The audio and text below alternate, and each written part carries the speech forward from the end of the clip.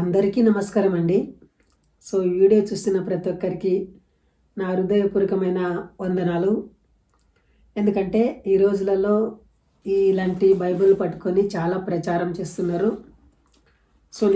నేను కూడా ఒకప్పుడు ఈ బైబిల్ చదివి కొన్ని సంఘాలకు పాస్టర్గా కాదు కానీ పాస్టర్ చేతి కింద నేను పనిచేసిన, నాకు మెంబర్షిప్ కార్డు కూడా ఇచ్చిండ్రి. నేను నిజం తెలుసుకున్నా. ఎందుకంటే చాలామంది ప్రోడక్టానికి గురవుతున్నారు, మోసానికి గురవుతున్నారు. ఈ బైబిల్ ద్వారా చాలా అన్యాయానికి గురవుతున్నారు. ఒక అబద్ధాన్ని నిజమని చెప్పి మోసపోతున్నారు. దయచేసి నా ప్రియ సోదరులారా, మీరెంతో నాకు సపోర్ట్గా ఇలా వాడాలి. మీ పట్ల నాకు ఎలాంటి దోషం లేదు. కానీ మన క్రైస్తవ సోదరులు చాలా అంటే చాలా మోసపోతున్నారు. అంతేకాకుండా మీరు మోసంలో పడడం కాకుండా ఇతరులను కూడా మోసాలకు గురి చేస్తున్నారు. ఇది ఎంతవరకు మీకు సమర్థం అంటారు?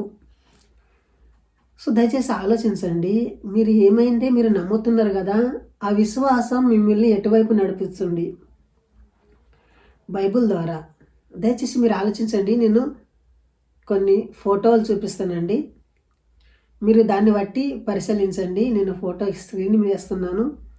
వాళ్ళ వృత్తి ఏమిటో, వాళ్ళ పని ఏమిటో. అంటే నా మట్టుకైతే బైబిల్ని బట్టి చాలా అడుక్కు తింటున్నారని నాకు అనిపిస్తుంది. అది ఎలాగండి? చూడండి, ఇక్కడ పక్కల ఫోటో వేసాను. ఈ వ్యక్తి ఏం చేస్తున్నాడంటే తన PhonePe number, Google pay number ఒక స్కానర్ చేసి స్క్రీన్ మీద చూపిస్తున్నాడు. మీరందరూ దానికి డబ్బులు వేయండి అని. అంటే కొన్ని వేల మంది ఆ సంఘానికి వెళుతూ ఉంటారు. ఆ వేల మంది కనీసం ఒక్కొక్క మనిషి 1000 రూపాయల కంటే తక్కువ ఎవరు వేసేవాళ్ళు కారు. ఎందుకంటే అలా మోటివేషన్ చేస్తారు, వాళ్ళని పైసలు దండిగా వసూలు చేస్తారు. చూడండి, మీరు జాగ్రత్తగా ఆలోచించండి. ఈ చర్చికి వెళ్ళే వ్యక్తి ఎలా వెళుతారంటే మాకేదైనా దొరుకుతుందేమో అని వెళుతారు. అక్కడ మాకోసం దేవుడు మమ్మల్ని ఆశీర్వదిస్తాడేమో అని వెళుతారు. నిజానికి అక్కడ ఏ మిరకలు జరిగాయి, ఏ దేవుడు మనలాని ఆశీర్వదిస్తలేడు.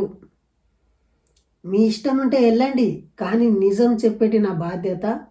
నేను కూడా చర్చికి వెళ్ళేవాడిని. ఈ బైబిల్ని 2 సార్లు చదివి పూర్తిగా అధ్యయనం చేసి, నేను బాగానే మాట్లాడుతున్నా కదండి, మీకోసమే మాట్లాడుతున్నా. ఎవరైతే ప్రోడక్టానికి గురవుతున్నారో రాత్రి పగులు అనక ఉపవాస ప్రార్థనలు అంటూ మీరు దేవుడు మాకు ఏదైనా అద్భుతాలు చూపిస్తాడు, మా అప్పులు తీరుతాయి, మా బాధ తీరుతుంది, మా రోగం పోతుంది, మా రోగం ఎప్పుడు తీస్తావు యేసయ్యా అని కన్నీటి ప్రార్థన చేస్తుండొచ్చు.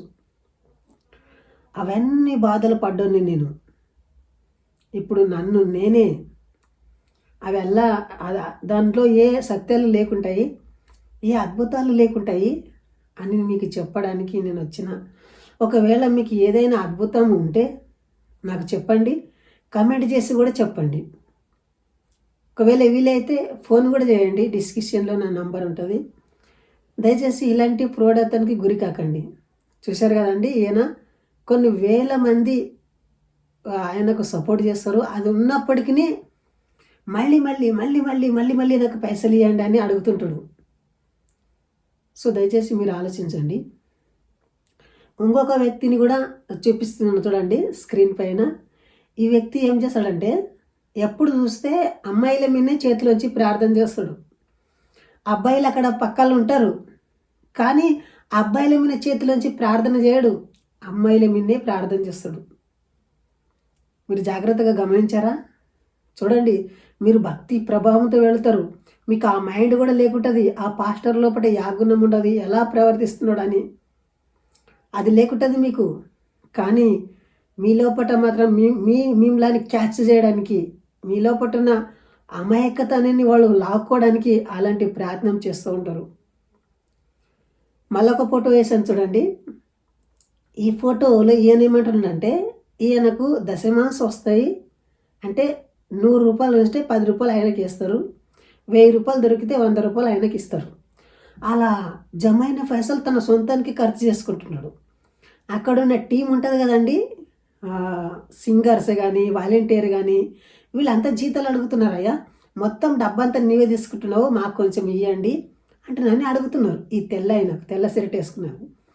ఇతనే మాట్లాడంటే, అరే చచ్చిపోతారా మీరు, మోసే అడవిలో ఎలా జనాల్ని చంపేశాడో అలా మీరు చచ్చిపోతారు, నన్ను ఎందుకురా డబ్బులు అడుగుతున్నారు మీరు అని అంటున్నాడు.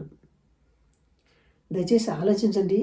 ఇలాంటి మాటలు మీరు ఎప్పుడు నమ్మకుండా, ప్రౌఢత్వానికి గురి కాకుండా ప్రతి ఒక్క వారిని మీరు హెచ్చరికించండి. ఈ వీడియో ప్రతి ఒక్కరికి షేర్ చేయండి, లైక్ చేసి సబ్స్క్రైబ్ చేయడము మరవకండి. సో మళ్ళొక ఫోటో చూపిస్తున్నది రండి. ఈయన తలపైననేమో వెనకేలే లేవు. ఏమంటున్నాడు, నేను వేదాలలో క్రీస్తు చూపించకపోతే నా తల అంతా గుండు కొట్టుకుంటానని చూపిస్తున్నాడు. అరే గుండు కొట్టుకున్నది ఏంది, ఆల్రెడీ నీ తల గుండె అయింది, ఆ గుండె అంతా వెనకలన్నీ రాలిపోయినాయి, ఆల్రెడీ గుండెలాగానే కనిపిస్తుంది, అది మళ్ళీ గుండు కొట్టుకుంటా అంటున్నాడు. చూడండి, మాట్లాడుతున్నారంటే ఏదైనా అర్థం ఉండాలి. ఒకవేళ నేను ఆడే మాటలు మీకు ఎలా అనిపిస్తున్నాయి, మీకు బాధాకరంగా అనిపిస్తున్నాయా, దీంట్లో ఏమైనా తెలుసుకుంటున్నారా మీరు? దయచేసి మీరు కామెంట్ రూపంలో నన్ను తెలియజేయండి. సో ఇంతవరకు ఈ వీడియో చూసినందుకు జై హింద్, వందే మాతరం.